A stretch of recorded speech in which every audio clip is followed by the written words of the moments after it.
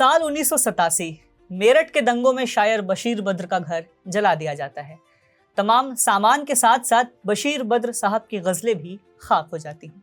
एक शायर के लिए उनके कलाम उनके औलाद की तरह होते हैं।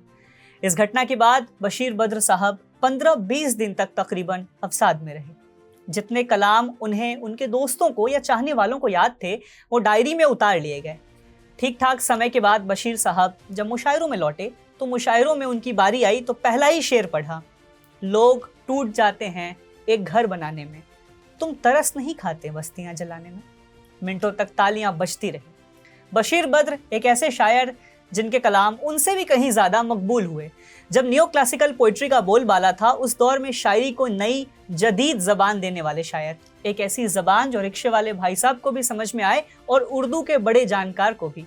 एक पुलिस वाला जिसने उम्र भर मंच और किताब दोनों में ही शायरी के रास्ते बेपनाह मोहब्बत कमाई।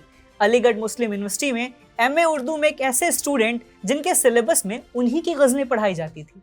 और भी ऐसी हज़ार बातें हैं जिनके लिए समय और स्याही कमतर पड़ सकती है। जिनके चले जाने पे उर्दू के शायर जावेद अख्तर साहब ने ठीक कहा कि आज हमारी ज़बान उर्दू थोड़ी और गरीब हो गई। बशीर साहब एक बेहद खुशबू शायर थे जो हमेशा के लिए महफिल से उठ गए। बशीर बद्र साहब की याद में पेश है उन्हीं की एक अंडररेटेड गज़ल जो आज के ज़माने में बिल्कुल ठीक बैठती है, सटीक बैठती। सुनिएगा। आहन में ढलती जाएगी 21वीं सदी, फिर से गज़ल सुनाएगी 21वीं सदी। बगदाद, दिल्ली, मॉस्को, लंदन के दरमियाँ बारूद भी बिछाएगी 21वीं सदी। जलकर जो राख हो गई दंगों में इस बरस, उन झुग्गियों में आएगी 21वीं सदी। तहजीब के लिबास उतर जाएंगे जनाब, डॉलर में यूं नचाएगी 21वीं सदी।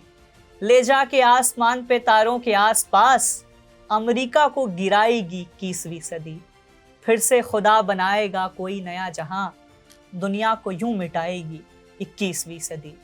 कंप्यूटरों से गज़लें लिखेंगे बशीर बद्र, गालिब को भूल जाएगी 21वीं सदी।